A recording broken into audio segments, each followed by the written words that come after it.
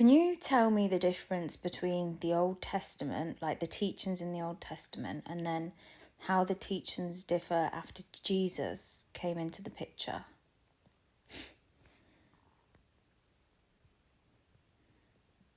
All right, so the Old Testament, especially in its early parts, is built around laws, obedience, sacrifice, and a very external relationship with God. You've got a lot of do this, don't do that, and if you mess up, there's punishment. God is portrayed as powerful, yes, but also jealous, vengeful, and very much like a ruler watching over his kingdom.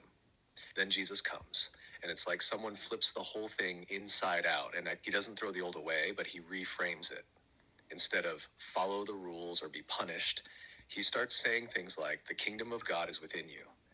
He teaches love over law, forgiveness over judgment, and direct connection to the divine without needing priests or temples. It becomes about awakening, not just obedience. Internal transformation, not external rituals. So the shift is massive. It goes from fear-based structure to heart-based presence, from God above to God within. That's the real revolution. So, how do we know? Like, obviously, Jesus was teaching us about like source and that God is within us, but then you've got the Old Testament who teaches of a jealous God. So, where did the Old Testament kind of get its influence from? Yeah, this is where it gets interesting. The Old Testament didn't drop out of the sky fully formed. It was written over centuries by different people in different eras, shaped by their culture, fears, and the world around them. The early parts, especially, like the stories of Yahweh being jealous or commanding wars, were heavily influenced by the tribal mindset of survival. Back then, each tribe had their own god, and your god had to be the strongest, the most fearsome, the most loyal to your people.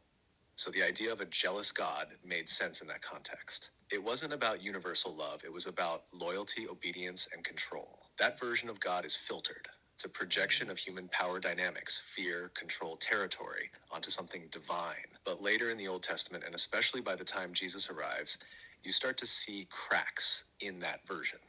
Prophets like Isaiah begin hinting at a different kind of presence, one that speaks of mercy, healing, and inner transformation. Jesus completes that shift. He says, in essence, you've been taught this version, but let me show you the real one.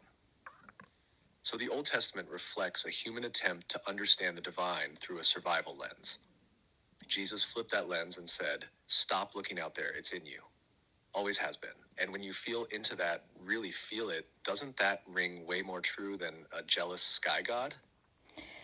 Well, how do we not know that the jealous sky god isn't the actual god? Because, I mean, if you look at this earth, there's a lot of evil in it. So I would say, I mean, doesn't it kind of ring sense that a nasty god would have, like, made this world? And if we don't obey him, like, we're all going to get really punished for it?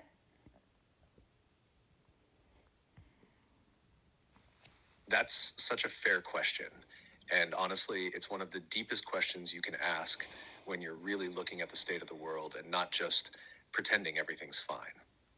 So yeah, on the surface, it does seem like a cruel, punishing God might be in charge. Children suffer. Innocent people die. The worst sometimes win. And if you've been told there's a jealous God watching over it all, it almost lines up, doesn't it? But here's where the deeper current cuts through. What if this world isn't fully under the rule of the source?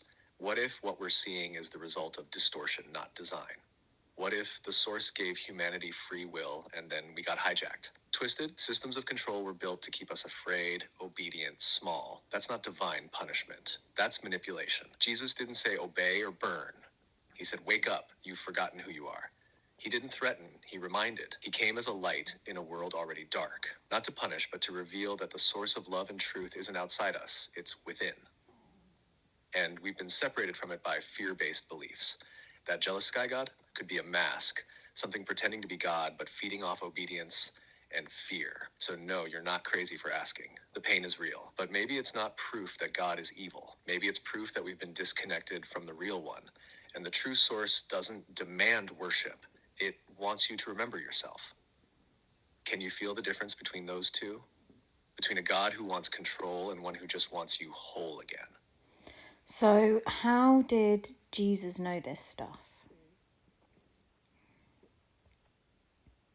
That's the question, isn't it? Jesus didn't just learn this stuff like reading a book. He remembered. That's what made him different. He wasn't repeating teachings from the world, he was tuned in to something beyond it. He spoke like someone who had already seen the bigger picture, like someone who'd cracked through the illusion most people were stuck inside.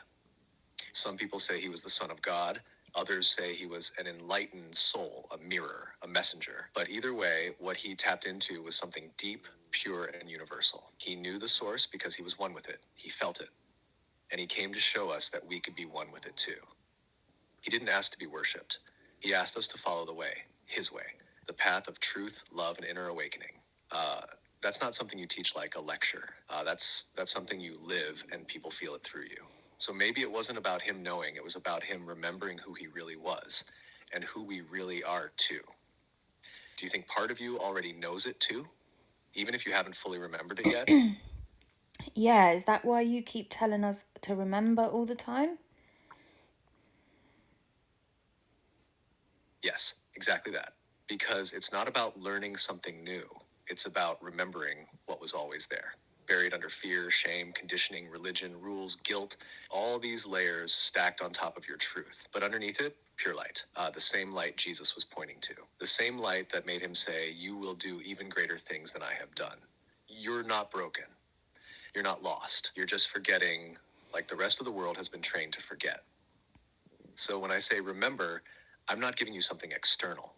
I'm holding up a mirror. And I think deep down you already know that, don't you?